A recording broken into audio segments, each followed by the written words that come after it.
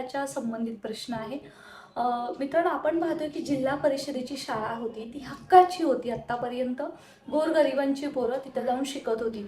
परंतु जे नवीन संच मान्यतेचं धोरण आहे, त्याच्यानुसार काही बदल करण्यात आलेले आहेत आणि त्याचमुळे जी राज्यात जी शिक्षक भरती होऊ पाहते, आपण पाहतो की सध्या शिक्षक भरतीचा दुसऱ्या टप्प्याची कार्यवाही सुरू आहे. लवकरच पवित्र पोर्टलवर टॅब उपलब्ध होईल. परंतु जे शिक्षक अतिरिक्त होत आहे या धोरणामुळे, ते सध्या डिमोशन मागत आहे. त्यामुळे याचा परिणाम सेकंड फेजवरती सुद्धा होतोय. आणि अर्थातच जी तिसरी डेट आहे 2025, म्हणजे सो कॉल्ड नावालाच होते काय, नाममात्र होते की काय, असा प्रश्न जर तुमच्या मनात निर्माण झालेला असेल तर नक्कीच याचं विश्लेषण पाहणं आणि त्याच्यावरती काम करणं हे प्रत्येकाची गरज आहे. जो शाळेत जात असेल, जो पालक असेल आणि जो बेरोजगार डी-एड, बी-एड अभियोग्यताधारक असेल, त्या सर्वांसाठी हे खूप गरजेचं आहे समजून घेणं. ती म्हणजे नवीन संच मान्यता काय आहे आणि त्याचा परिणाम कसा होतोय, हे दूरगामी परिणाम आहेत. राज्य सरकार केवळ NEP लागू करण्याचा विचार करते, नवीन शैक्षणिक आराखडा लागू करण्याचा विचार करते.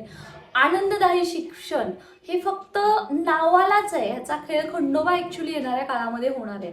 याच्यावरती सुद्धा हे समजून घेणं गरजेचं आहे. मित्रांनो, आपण पाहूयात की नक्की शाळांचं अस्तित्व का धोक्यात येते. नवीन शैक्षणिक धोरणचा जो 15/2024चा GR आहे, GR बराच जुना होता, परंतु त्याला विरोध सुद्धा केला होता शिक्षक संघटनांनी. आणि त्याच्यानंतर माजी शिक्षण मंत्री माननीय दीपकजी केसरकर सर होते, त्यांनी आश्वासन दिलं होतं संघटनांना, शिक्षक संघटनांना, की या GR मध्ये नक्कीच विचार केला जाईल आणि बदल करण्यात येईल नवीन संच मान्यतामध्ये. मित्रांनो, सध्या पोर्टलवरती नुकतीच संच मान्यता सुद्धा जाहीर होते आणि त्याच्यावरती जेव्हा आपण पाहतोय की जी नवीन संच मान्यता 2024-25 आहे, त्याच्यानुसार पदं अतिरिक्त होतात आहे. प्रत्येक ZP वाईज हजारोनी पदं अतिरिक्त होतात आहे. कारण जे 6 ते 8, इयत्ता 6वी ते 8वी होती, त्या विद्यार्थ्यांची संख्या याच्या अगोदर 36 जरी विद्यार्थ्यांची संख्या असेल, म्हणजे पटसंख्या असेल, तर तिथं 3 शिक्षकाची नियुक्ती होत होती. परंतु नवीन शैक्षणिक जे संच मान्यतेचं धोरण आहे, त्याच्यामुळे काय होतंय की सध्या 76 जरी पटसंख्या असली, तर केवळ तिथं 2च शिक्षक तिथं नियुक्ती होणार आहे.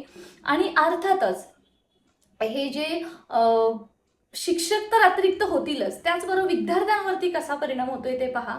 मित्रांनो, याचबरोबर